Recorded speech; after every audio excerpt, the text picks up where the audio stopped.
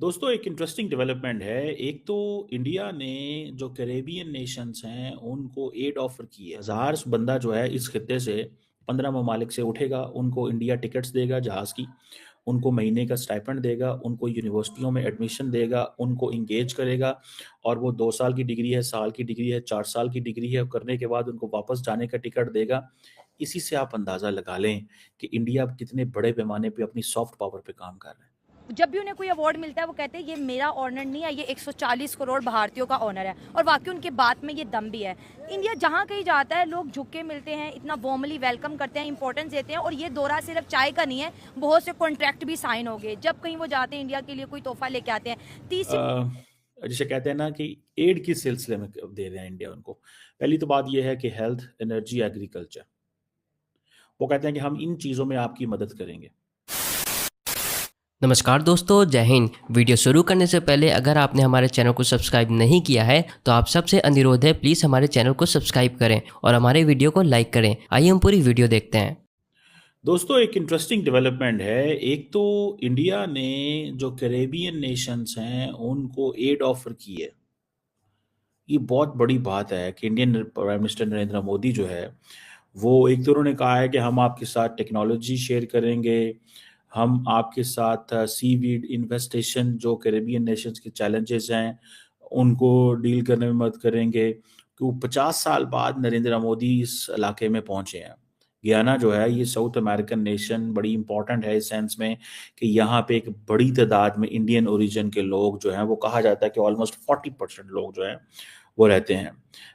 और जो एक कैरेबियन ट्रेड ब्लॉक है जिसे कैरिकॉम कहते हैं, वो भी एक बना हुआ है। ये 15 मेंबर्स का ब्लॉक है।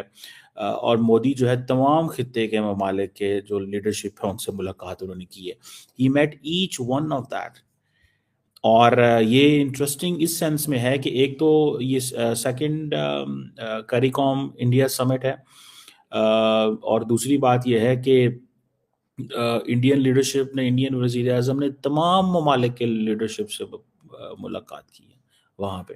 ठीक है, उसके ऊपर भी बात करता हूँ। लेकिन ये जो जिसे कहते हैं ना कि एड किस सिलसिले में दे रहे हैं इंडिया उनको। पहली तो बात यह है कि हेल्थ, एनर्जी, एग्रीकल्चर। वो कहते हैं कि हम इन चीज़ों में आपकी मदद करेंगे। और दूसरा उन्होंने कहा है कि हम 1000 स्कॉलरशिप दे देंगे अगले 5 सालों में। इस तमाम जो पूरे का पूरा जो ब्लॉक है, इन इन तमाम ब्लॉक के लोगों को ये 1000 स्कॉलरशिप। मोबाइल हॉस्पिटल्स देंगे, वो कह रहे हैं जी, रूरल एरियाज़ को। ड्रग टेस्टिंग लेबॉर्ट्रीज देंगे। जिसे कहते हैं ना कि एड किस सिलसिले में दे रहे हैं इंडिया उनको। पहली तो बात यह है कि हेल्थ, एनर्जी, एग्रीकल्चर। वो कहते हैं कि हम इन चीज़ों में आपकी मदद करेंगे। और दूसरा उन्होंने कहा है कि हम 1000 स्कॉलरशिप दे देंगे अगले 5 सालों में। इस तमाम जो पूरे का पूरा जो ब्लॉक है, इन इन तमाम ब्लॉक के लोगों को ये 1000 स्कॉलरशिप। मोबाइल हॉस्पिटल्स देंगे, वो कह रहे हैं जी, रूरल एरियाज़ को। ड्रग टेस्टिंग लेबॉर्ट्रीज देंगे। जिसे वो कहते हैं ना, इसके साथ साथ रिवर एंड सी फेरीज देंगे फॉर मेरीन ट्रांसपोर्ट। अब इसका मतलब ये है कि जो इंडिया की मिनिस्ट्री ऑफ एक्सटर्नल अफेयर उसने इतना काम किया हुआ था कि when Modi reach there he they knew कि इनके इस खित्ते के ममालिक के क्या चैलेंजेस हैं। अब 1000 scholarship is a lot of money.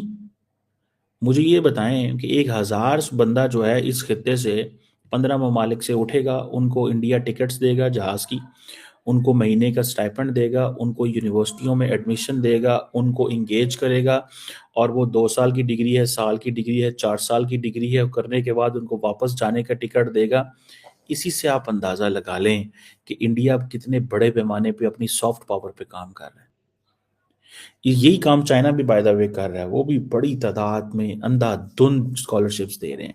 ठीक है, और ये जो अगले 5 सालों में वो 1000 स्कॉलरशिप दे रहे हैं। एंड अबव ऑल, गाँव में अगर आपको ड्रग टेस्टिंग लेबॉर्ट्री चाहिए या फेरीज चाहिए, क्योंकि ये वो आइलैंड्स हैं छोटे छोटे, तो इनको ये है। अब जिसे वो कहते हैं ना कि ये तमाम ममालिक जो हैं उन्होंने बड़ी खुशी मनाई इस चीज़ में कि जी इंडिया ने बहुत बड़ा काम किया है या इंडिया बड़ी प्रोग्रेस कर रहा है। और पर्टिकुलरली फर्टिलाइज़र और इकोनॉमिक जो सेक्टर है इंडिया का उसमें जिसे वो कहते हैं ना सी वेड एक चीज़ है seaweed invasion into invasion on beaches. ठीक है जी, ये जो सी वेड इन्वेजन है ये बेसिकली ये एक चैलेंज है कैरेबियन नेशंस का। जो सी वीड है ये बेसिकली बहुत सारे जो आइलैंड्स हैं ये मछलियों को मार देते हैं। सॉरी, इसकी वजह से बहुत सारे आइलैंड्स में मछलियां मारी जाती हैं, वाइल्ड लाइफ को ख़तरा होता है, टूरिज़्म चोक होता है, अजीब किस्म की गैसेस जनरेट होती हैं। और कहा जाता है कि ये एक चैलेंज है इस खित्ते के जो है आप समझ लें कि लोगों के लिए।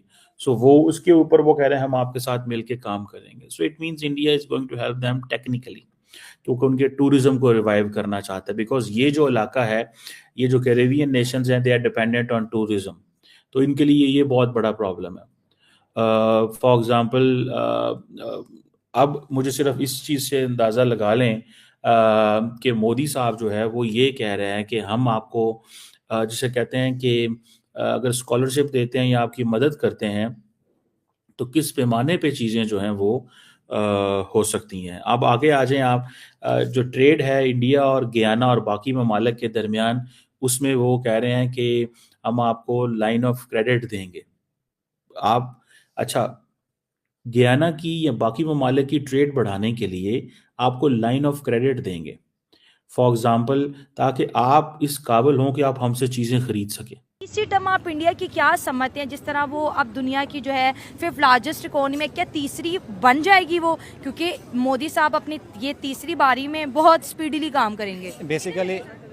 बेसिकली कोई मुल्क है जब उसमें मैन्युफैक्चरिंग खुद की जाती है, उसका जो वो उन्होंने देखे आपने उनकी लास्ट टाइम जो उनकी पॉलिसी थी वो कह रहे थे कि मेड इन इंडिया। ठीक है, वो जितना भी था उनकी मैन्युफैक्चरिंग थी, उन्होंने चाइना से जिस तरह सोलर पैनल से और बहुत सारा रॉ मटेरियल तो उन्होंने बैन कर दिया, ताकि हमारा जो ज़र मुबादला है जो हमारा वो बच जाए, और तमाम जितनी भी इंडस्ट्री थी वो इंडिया के अंदर काम करना स्टार्ट हो गई है। जब आप सारे जितने भी अपनी चीज़ें खुद बनाएंगे, आपकी एक्सपोर्ट जो है वो ज़्यादा होंगी, इंपोर्ट्स कम होंगी, आप माशी तौर पर तरक्की करेंगे तो दुनिया में आपकी इज्जत होगी। ठीक है, आप आज पाकिस्तान आप किसी भी कोई भी फैक्टर ले लें, वो सबसे बड़ा ना, आप देखें हमारी आज आर्मी की अगर बात करें वो दुनिया में 10वें या 11वें नंबर पे है। ठीक है, और इंडिया के 4थे नंबर पे है। जर्मनी के बाद जापान 5वीं दुनिया की सबसे बड़ी इकॉनमी है। तो आप देख लीजिएगा 2 से 3 साल बाद इंडिया उसकी जगह ले लेगा। ठीक है, और पाकिस्तान आज जहाँ खड़ा है, हम 2010-11 तक दुनिया की 25 इकॉनमीज़ के अंदर हमारी प्रेडिक्शंस थी कि हम आ जाएंगे। और आज हम कहाँ खड़े हैं, मेरे ख्याल में अफ्रीका के बहुत सारे ममालिक भी हमसे आगे निकल चुके हैं। तो हमें अपने पॉलिसीज़ के ऊपर, अपने ये करप्शन पे सबसे पहले हमें कंट्रोल करना पड़ेगा, तो हम माशी तौर पर मजबूत हो जाएंगे इंशाल्लाह दुनिया में। एक और सवाल है, वैसे कंपैरिजन शहबाज शरीफ और मोदी साहब का बनता नहीं है। मोदी साहब बहुत ही सीनियर हैं और बहुत ज़्यादा उनका तजर्बा है सियासत के अंदर, और बड़े अच्छे काम उन्होंने किए हैं अपने मुल्क के लिए। शहबाज शरीफ अगर किसी टूर पे जाते हैं, पूरे पाकिस्तानी जो है टैग जोकर्स के लगा रहे होंगे कि हमारे लिए बड़े एम्बैरेसिंग मोमेंट है, जैसे पुतन से हाथ मिलाने की बजाय पहले कैमरा मैन की तरफ बढ़ गई। 1 मिनट के लिए ये भूल जाते हैं कि हम प्राइम मिनिस्टर, हम 25 करोड़ लोगों को रिप्रेजेंट कर रहे हैं। दूसरी जानिब अगर मोदी साहब जाते हैं तो बड़ी अहम बात करेंगे, दुनिया उनको सुनती है, दुनिया उनसे घंटे घंटे की स्पीच करती है। जो रशिया के अंदर जो डायस्पोरा इंडिया, वो भी उनसे मिला और उन्होंने कहा कि ये सेंचुरी जो है ये भारत की है। ये पहले मोदी कहता था, अब पूरी दुनिया कह रही है। तो विजन बड़ा वाजिया है। बेसिकली देखिए, हर इंसान की अपनी राय होती है। मैं as a individual, as a Pakistani, जो मेरी जितनी भी आप कह सकते हैं पाकिस्तान के साथ हमदर्दी हैं। ठीक है, ओवरऑल हम अपने, हमारा जो वज़ीर आज़म है उसको हम इंडिविजुअली खुद तो क्रिटिसाइज़ कर सकते हैं, और दुनिया के अंदर जो है हमें उनकी रिस्पेक्ट करनी चाहिए ओवरऑल। जब भी यहाँ से किसी भी टूर पे जाते हैं, वो किसी भी वज़ीर आज़म की इंसल्ट नहीं होती, बेसिकली वो एक नोशन की, एक कौम की इंसल्ट होती है। ठीक है, तो मोदी का जाते हैं, मोदी की हम कुछ उसकी पॉलिसियाँ ऐसी हैं जिसको हम क्रिटिसाइज़ कर सकते हैं। ठीक है, और जो अप्रिशिएट करने वाले हमको अप्रिशिएट भी करना चाहिए। हमें इंडिया पाकिस्तान के कॉन्फ्लिक्ट में नहीं पड़ना चाहिए। ओवरऑल हमें पॉजिटिव सोचना चाहिए। हाँ, हमें पॉजिटिव सोचना चाहिए कि क्या वो इंडिया क्या ऐसा कर रहा है जो हम उसको फॉलो करके हम तरक्की कर सकते हैं। आपको वीडियो कैसा लगा और आप इसके बारे में क्या कहना चाहते हैं, आप नीचे कमेंट करके हमें बताएं। आज के लिए इतना ही। जय हिंद।